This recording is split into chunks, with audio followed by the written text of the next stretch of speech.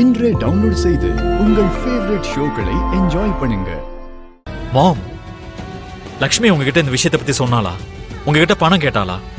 இல்ல மித்ரா, லக்ஷ்மி வந்து என்ன பார்க்கவே இல்லையே. அதுவும் இல்லாம அவ எனக்கு போன் கூட பண்ணி பேசல.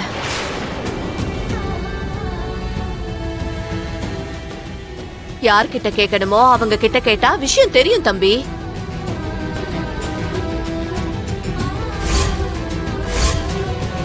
ஒரு நிமிஷம் இருங்க. தேவயானி, நீ சொல்லு, லக்ஷ்மி இங்க வரலையா? ஜானுவ கிட்னாப் பண்ண விஷயத்த உன்கிட்ட சொல்லலையா?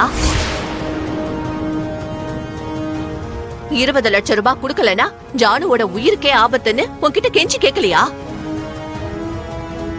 ஆமா, லக்ஷ்மி இங்க வந்தா பணம் கொடுங்கன்னு கேட்டா.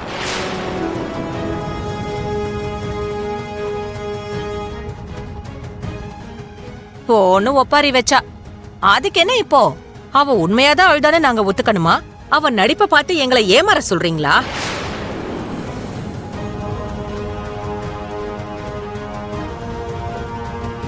இல்ல, தப்பு தேவயானி. இந்த மாதிரி நேரத்துல நம்ம இப்படி கணக்கு போடுறது ரொம்ப தப்பு. அதுவும் நல்லதில்ல. லக்ஷ்மி சொன்னது உண்மையோ பொய்யோ ஒரு பக்கம் அது இருக்கட்டும். ஆனா இது உயிர் பிரச்சனை.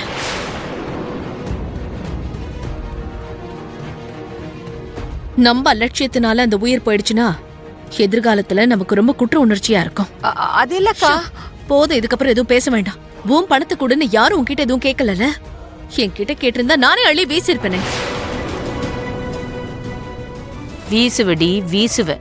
இந்த அதிகார புத்தி தாண்டி உன்கிட்ட எனக்கு பிடிக்காத விஷயமே. தம்பி மித்ரா, நாம தாமதிக்கிற ஒவ்வொரு நொடியும் ஜானுவோட உயிருக்கு ஆபத்தா மாறிடும். அவங்க சொன்ன இடத்துக்கு நாம பணத்தை எடுத்துட்டு போகலன்னா ஜானு நமக்கு போனமாதான் திரும்பி வருவா தம்பி.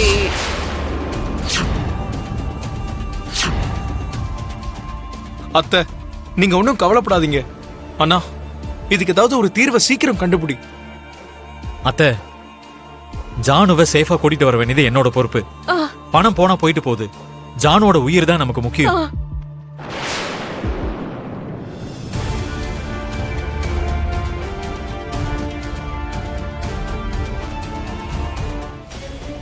மாம், நான் போய் ஜானுவை கூட்டிட்டு வரேன். மித்ரா, ஒரு நிமிஷம் இருப்பா. நீ போக கூடாதுப்பா.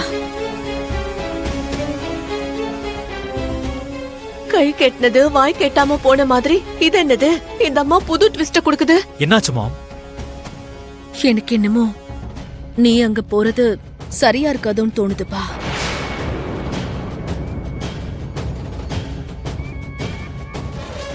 ஏற்கனவே உனக்கு ஒவ்வொரு அடியிலையும் ஆபத்துகள் சூழ்ந்திருக்கு.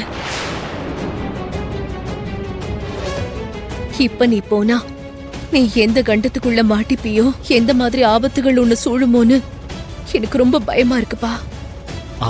இல்ல மாம், அது மித்ரா, ஆன்ட்டி சொல்றது உண்மைதான். காலையிலேயே லக்ஷ்மியால உனக்கு கையில அடிபட்டுருச்சு இல்லையா?